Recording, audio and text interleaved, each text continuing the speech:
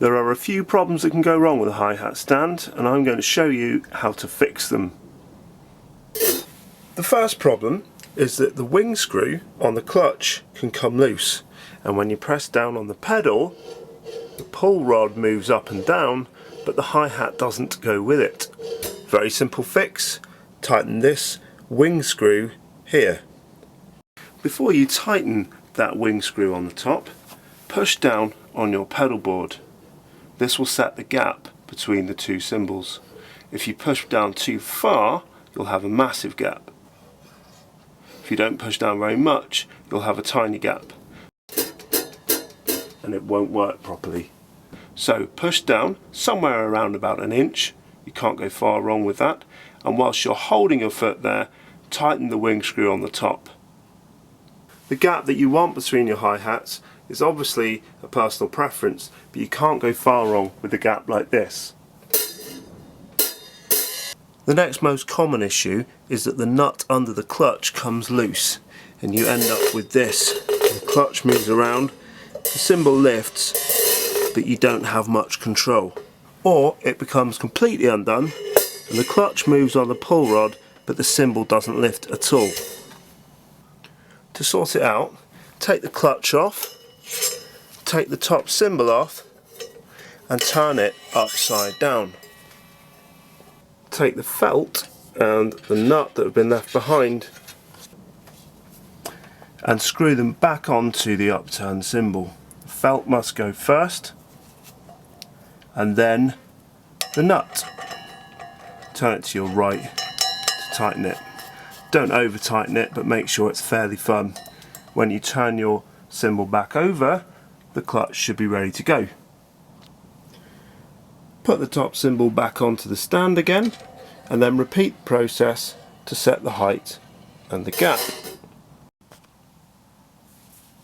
Sometimes the rails can come detached from the actual stand. When that happens, the footboard is free to move around. Simple fix: just attach the rails back in to their holes on the frame. The first hole is here, and the second hole is here.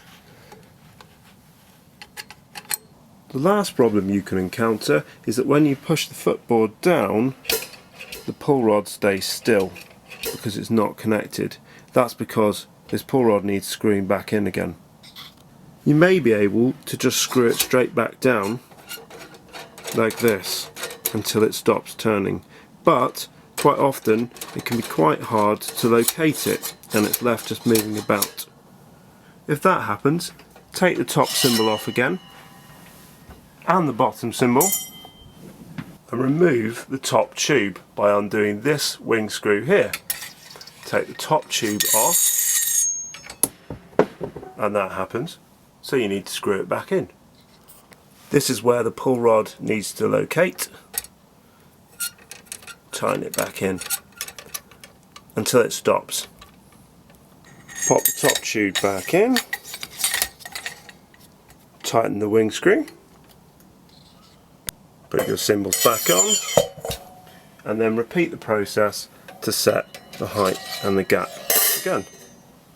If you've done all the things I've mentioned and your footboard still doesn't operate the pull rod, then check that this nut is tightened up properly, because if that comes loose, the pull rod won't work. A couple of do's and don'ts just to make sure you don't damage your stand. Don't move the stand around by pulling this pull rod. It's only meant to go up and down, not meant to be lifted or moved by it. You will bend it, and if you bend it, you won't get it straight again. And finally, make sure that your felts are in good nick.